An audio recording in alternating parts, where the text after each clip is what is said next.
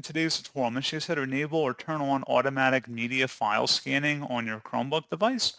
So this should hopefully be a pretty straightforward process here, guys. And without further ado, let's go ahead and jump straight into it.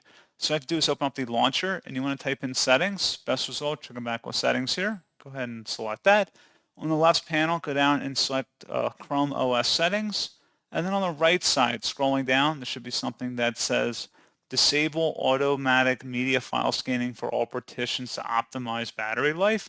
If you want to enable that, you're going to have to basically turn this off by clicking Set It Over one time.